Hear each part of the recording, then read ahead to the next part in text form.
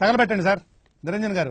DK అరుణ గారు ఏదైతే బీజేపీలో చేరిన తర్వాత బీజేపీ జాతీయ ఉపాధ్యక్ష పదవి డీకే అరుణ తెచ్చుకుంది తప్ప మహబూబ్ నగర్ జిల్లాకు చేసింది ఏమీ లేదనేటువంటి ఒక విమర్శ. డీకే అరుణ ఇన్ని అభివృద్ధి పనులు చేశారు, ఇన్ని ప్రాజెక్టులకు సంబంధించి చేశారు. పాలమూరు వలసలు ఎందుకు ఆగిపోలే మేడం?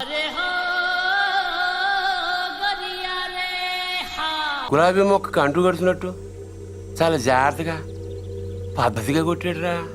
మొన్న కిషన్ రెడ్డి మాట్లాడుతూ తెలంగాణకి 10 లక్షల కోట్లు కేంద్రం ఇచ్చిందని చెప్తున్నారు.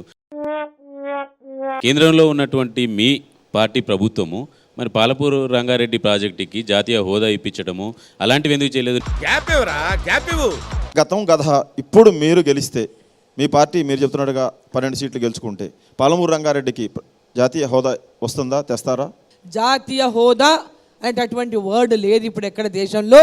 అయ్యో బాలి బాలి బాలి, అయ్యో బాలి బాలి బాలి, ఏది కువోతున్నదే బాలి.